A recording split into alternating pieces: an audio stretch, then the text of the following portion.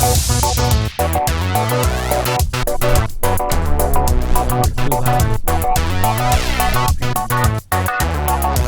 that's the. Okay, that's over with. Now how are we doing? That's much better. That was the stuff built into the computer. Ah, so. Plus, it's kind of peaky music. Well, just like your grandson that can't keep a job, we're back. And we've decided, we had a little discussion earlier, that today, come on, chicken. Oh, it's doing it to me again, guys. It's chicken. Well, yes, I get to do all the talking today. Now you're back. And we we're are giving our wonderful chicken award, our special chicken award, to the people that are actually paid to be the fashion consultants at Walmart. Thank you very much. Now you were saying something about the chicken is the last survivor of the old Chicken Man show. The wonderful White Wing Weekend Warrior yes, from yes. Cleveland, I believe. I thought it was. Yeah, I'm pretty sure it's Cleveland. Yeah. Oh, it wasn't. Isn't that where the ghoul is from too? The ghoul is from actually Toledo. Ah. And he just passed away a little while ago. Oh, that's a shame. Yep. A couple weeks ago. Being from Toledo, was it suicide? I wouldn't go there, but who knows? But he was. Yeah, he was a couple weeks ago. Yeah, I heard something Ron about Swede. it. Yep. And then, of course, we have to think back of not only was there Ron Swede from Toledo, there was Morgus from the Detroit area here. Yeah. Late night. One of the, shall we say, unrecognized benefits of growing up in the 70s and the late 60s and not sleeping at night and just having way too much time on your hands. Yeah. Too afraid of your parents to get in trouble, because back then parents were parents. They weren't your friends. Yeah, back then they would spank more than once. See, I would only get one felony because when I disciplined my daughter because she was running into the street, I smacked her once on the butt.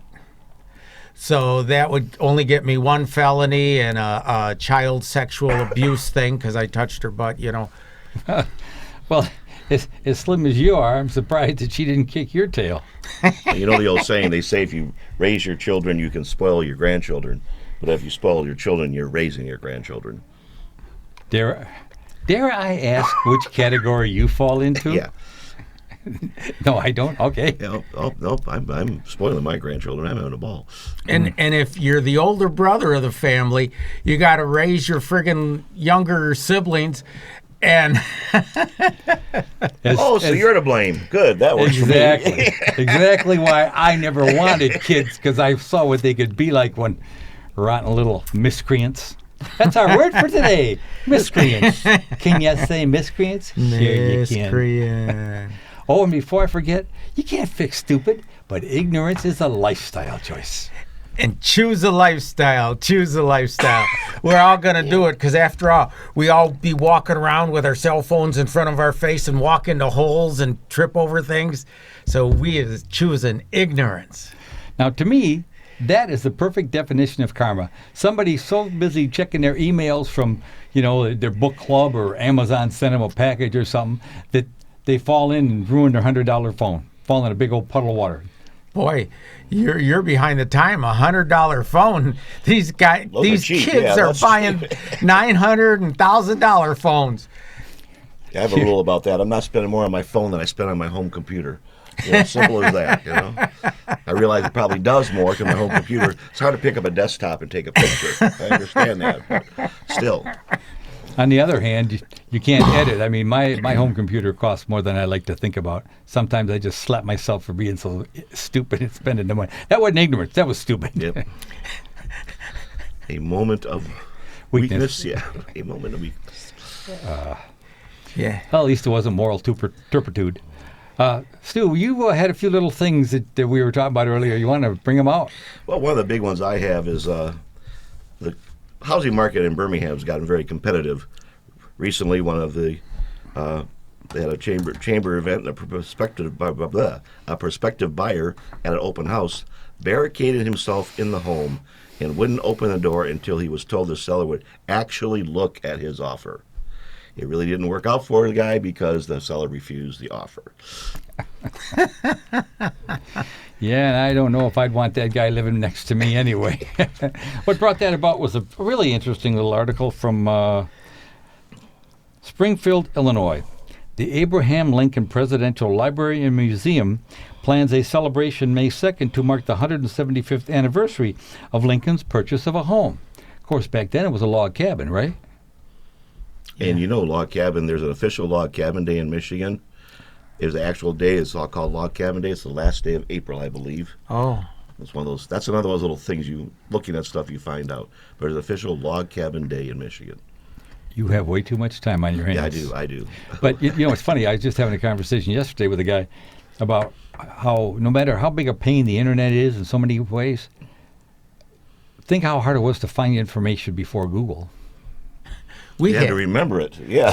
We had Encyclopedia Britannica, and there, you know, and then every time I had to write a report in middle school, I just would pull it out and I'd rewrite some of the stuff there, and I'd be all good. And I just thought, what do the kids do whose dads, you know, just come home and drink? They don't have no encyclopedia. No, but think of all the little treats they can get by taking the deposit bottles back. I'm sorry. And you know, the worst part about it is, I mean, Google is great. I mean, if you're looking for like how many Googles in a Googleplex, you can find that out immediately. But if you want to know how much wood can a woodchuck chuck, you got to go to Wikipedia for that. Oh, I'm sorry, am I too quick for you two guys? I had a couple cups of 7-Eleven coffee and a little bit of sugar. Did that make a difference? You obviously had a big espresso this morning. I'm still haven't had my second cup of coffee yet. Okay, there was. What have you got, John? Haven't even let you hardly talk. Probably why we're having fun. From the Darwin Award, doo-doo, crutch meets crotch. Confirmed true by Darwin. Late one night, Edward entered the apartment of a 30-year-old handicapped man who slept peacefully as Edward quietly cleaned out the valuables. Edward was preparing to leave when suddenly the man woke up. I couldn't believe my eyes. The dark shape of some goon was standing next to my nightstand. Recalls the burglar victim. I cried out, and he attacked me, who was defenseless, with his fist. I had no choice. I hit him between the legs with my crutch, and he leaped out the window. Thank God I live on the first floor, and he did not die from the fall. I didn't understand at first what had fallen out of his pants. When I looked closer, I realized that it was a testicle. A man's testicle. I put it Wait a minute, he stole a testicle? No, the thief lost it. I put it in cold water and rushed to the phone. The handicapped man called the emergency service several times, but the doctors hung up on me when I told them I had ripped a burglar's balls off. Oh, gosh. Half an hour later, the blood-covered thief was found by a passerby who called the police. An unconscious man was lying on the sidewalk, said the police investigator. When the medics revived him, he started screaming hysterically, "Give me back my balls." Edward's genitals were so traumatized that the doctors had to amputate the entire scrotum to prevent gangrene. In the hospital, the burglar filed a complaint against his victim. He said, "I will never forgive him." So, You mean he said, "I'll never forgive him"? Yeah. Yeah, and of course the reader's comment says, "That'll fix him. Crotchety old man. Something is missing. How's it hanging? Oh, sorry, man." In a really high-pitched voice. Oh, my God. Can you imagine, you break into somebody's house and they actually rip your safeties off. Stop. With a crutch. I have two words. Lance Armstrong. Oh, God. Okay. Anyway, let's move on a little bit. I'll take my turn here because a couple of these little things I usually bring in kind of tickled me. The Grand Canyon, wow, there must be something in the coffee today. Yeah. Grand Canyon National Park, Arizona. The National Park Service says it will apply cut stump and occasional spot spray treatments of herbicide along the Colorado River's banks in the Grand Canyon to control several invasive plant species.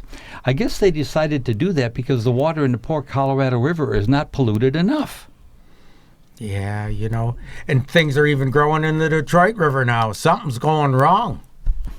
Well, they're having all Look, that ever since stuff. Lake Erie caught on fire, anything else seems like a plus. I thought that was the whatever river in Toledo, Coma. Oh, Cahoga? Cuyahoga. No, Cuyahoga. I knew guys from Ohio. It's Cahoga. Okay.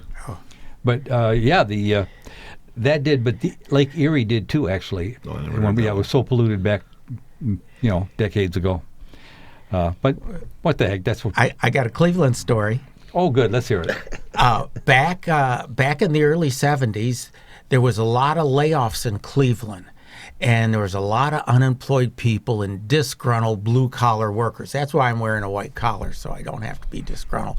And these guys, they weren't coming to the baseball game as much because everybody was tight. So Cleveland Indians decided to have a 10 cent a beer promo in 1974. And they did not list it as only 6 beers. So these people were standing in line, getting 6 beers, drinking them, while they're stood in the back of the line again for a refill.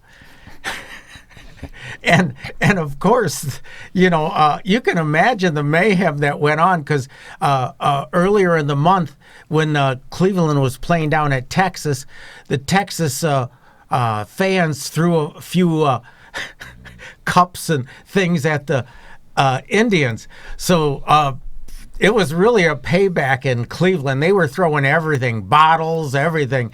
They were they finally gave up the game and went away and just called it. I wish I could say that was an interesting story, but you just wasted 90 seconds. I'm sorry, John, but there's a lot of stories like that happened in Detroit here where a fan actually, who was it now? I had the name right up in front. Anyway, but a fan threw an icy drink on one of the players that was leaving the game, going down the escape tunnel. tube, the tunnel, Yeah. and he turned around, jumped up, and they got in a big fight. And I don't remember what happened. It seems to me that the basketball player had to apologize, which I think is ridiculous. I mean, he didn't start the fight. But, people do stupid. Well, like I said, you can't fix stupid. Ignorance is a lifestyle choice. Yeah, choose Well, ignorance. what's the thing about alcohol? It's like anything else. It enhances whatever you are. If you're an idiot before, you'll be just a bigger idiot. Yep. You're not the first person that said that, but think of our friend Adam. He's an EMT that says the most used phrase on YouTube. Here, hold my beer and watch this. Yep. Yeah. And I don't know if it shows on the screen, but every now and then that light vibrates, and I was just wondering if what they're trying to do. They're testing to see if it records as a vibration. Well, that's the aliens. I mean, they're here. I don't care what anybody says. They're all around us. So I got another thing to kind of tickle me since I did this. San Francisco, California. Thousands of tourists would soon have to pay up to $10 to drive down famed Lombard Street. I did that when I was in San Francisco years ago, just so I could say I did it. I don't know why. City and state officials announced a bill Monday that would give San Francisco the authority to establish a toll and reservation system for the street that winds down a steep hill in an effort to reduce crowds and traffic congestion. I've got an even cheaper idea. Put oil on the street, and gravity will do the rest. Try doing that in a 75 Dodge van. When we went out there in the van with us, we had to go do that too. Yep. Had to go drive down it. Yep. I got to tell you, I was in a rental car, so it wasn't that important. But it was a land yacht. It was big. And, I was wondering why all the people were kind of looking out the windows and waving at me with only one finger. I thought they were all handicapped or something. Well, now if you go down the sidewalks of San Francisco, you're better off to walk in the streets. The sidewalks are all covered with human excrement. Really? But I'll tell you what's even worse. Driving down the sidewalks around here, man, they really get mad. Yeah, well, no. Mine was drive down the street, don't walk on the sidewalk. But whatever I said. Whatever I said. Okay, you want to say something? There's a new trend in crime going on in Michigan right now. The crooks are dressing up as employees of the places they are stealing from, a.k.a. Walmart, McDonald's, whatever. And recently in Traverse City, a crook dressed up as a Subway employee walked behind the counter, made sandwiches for people, took care of customers, took their money, everything else, made himself a sandwich, took the money out of the register, and took off. And was voted Employee of the Month for giving such good service. Now we're backed up. I'll give you a hand there, Millie. Yeah. Yeah. I got a couple more that tickled me. Fort Smith, Arkansas. A lot of things happen in Arkansas that I just find humorous. The under construction U.S. Marshals Museum has received a $1 million donation after voters refused to earmark public funds to help complete the project. That's like if you had a police officer out there taking donations, I've given enough money in fines for speeding tickets. I ain't giving them anything else. Well, they need to do a new thing with the driver's license. You could put it on the car anyway. Just certain cars, because they have a different license, they pay more a year, but it includes so many speeding tickets or rolling stop tickets. And then the cops don't even have to stop them. You click the phones and they keep going. What do you think? That sounds pretty good. I'm just thinking of a couple cars that I know a couple cars that, my son has driven that it'd be better just to add it to the license plate fees. If you got a Viper, you got a Mercedes, just add it to the license plate fees because those people drive like idiots anyway. Then you can save. I'm sorry, go ahead. You can save the cost of a cop pulling them over. You could have a new app on your phone, and the phones compare your GPS signals and see who's going fastest and who the accident points go to, and then you could pay the court right then, and you'd save money on the judge. Well, they have all those traffic cameras now. Anyway, you run a red light, you get a picture of your car. A month later, into the bill for $63. Oh. Now, see, it's funny. I could have swore that there was a court case that said they couldn't use that. I don't know why. They say that a lot of things about how stupid the law is blind and everything. But I could have swore there was a court case where they said they could no longer use those to send you a ticket in the mail. It's possible. So there's another one here, too, that tickled me, because I know how I am in the morning. Durango, Colorado. State wildlife officials are warning residents to take precautions as bears begin to wake up from their winter slumber. And will you wake me up, man? I am in a bad mood. I can only imagine how a bear would feel. I got one little thing that just kind of gave me a chuckle. It's one of those under the heading things you found out while looking for other things. Under Michigan state laws, dentists are officially classified as mechanics. So that could explain the crowbar on my dentist's little tray every time I go in there, right? I guess that makes a dentist a blue-collar worker. There you go. Well, what bothers me is that they used to have what they call shade tree mechanics, and they use that as an insulting thing, because basically the guy worked in his backyard and he used the limb of an oak tree to pull engines out and stuff. And I can only imagine. I go into a dentist's office and it's under an oak tree and they got a big come-along with a winch thingy. I am not sitting in that chair. You were talking about beer for bears. No, I wasn't, but go on. Anything about beer is interesting. And, in Serbia, where men are men, it is well known that alcohol impairs judgment.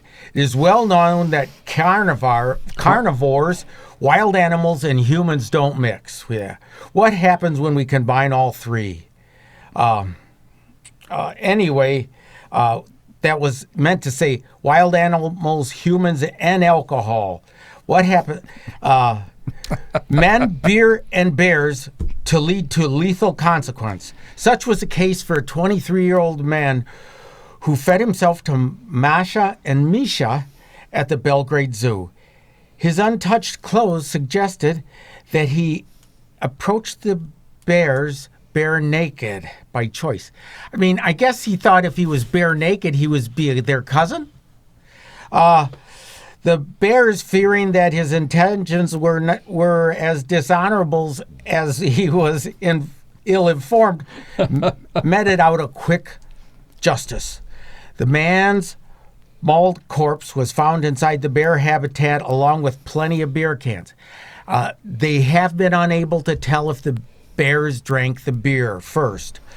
Marcia and Misha reacted angrily when keepers tried to recover the man's corpse, but were eventually persuaded to give up their prize. Only an idiot would jump into the bear cage. Bear mistakes, man mistakes bear for beer, a real beer worst, bear fodder, bear naked. Okay? A couple things popped into my head. Come on, you stupid machine. Number one, the American Indians worship the bears because once you skin them, they look almost exactly like a human being. I'm wondering if those bears thought that he was a bear that had the mange and they didn't want to catch anything. On the other hand, I also wonder how many beers it had taken before, you don't look half bad, buddy. Well, I'm wondering if they could have had the beers after they ate them. Yeah, to wash them down. Yeah. Yeah. Tastes like chicken. Brown bear beer brings better buzz. And if anybody knows where that tastes like chicken phrase comes from, email it to me. The email's at the end of the show. But you know what's funny? I was just talking to somebody the other day bragging about eating, he was down in the Bahamas or someplace, but he ate some crocodile and, abalone. I think that was the other thing. And he was saying it was quite good and everything, but I jokingly said, it tastes like chicken. That's everybody I've talked to. They've had rattlesnake. They've had all these exotic foods. Yeah, it tastes just like chicken. Maybe the rattlesnakes and the abalone and the crocodiles eat chicken. The worst part about it is, John, that actually kind of makes sense. That's the scary part. Yeah, John, you're starting to make sense. We are all in trouble now. Yeah, and see, I even had my free. I live in Detroit, and they give us junkies free shots. Jeez, all right, that's enough. But I was just thinking, if they say it tastes like chicken, maybe that's like you eat way too much asparagus, and your urine comes out green. Yeah. Or at least mine does. I don't know about other people. We're getting way too personal now. Yeah, anyway. Yeah. TMI. Here's one kind of one of those things that they make you want to go, Hartford, Connecticut. The state Senate's top Democrat says lawmakers should consider a mansion tax or a capital gains tax to offset negative impact of the new federal tax law on many taxpayers. I think they ought to just come across with a guy proposed this decades ago and was running for office, he was immediately hidden and shoved underneath a sand dune or something, because what he said was his proposal made too much sense and would have helped a lot more people than it would have hurt. Forbes was one. He said, have a straight 10% tax. No deductions, no capital gains, no nothing. You make money, you pay a straight 10%. That's it.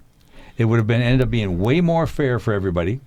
It wouldn't have really hurt anyone but the really rich people that know how to use all the tax laws to pay nothing.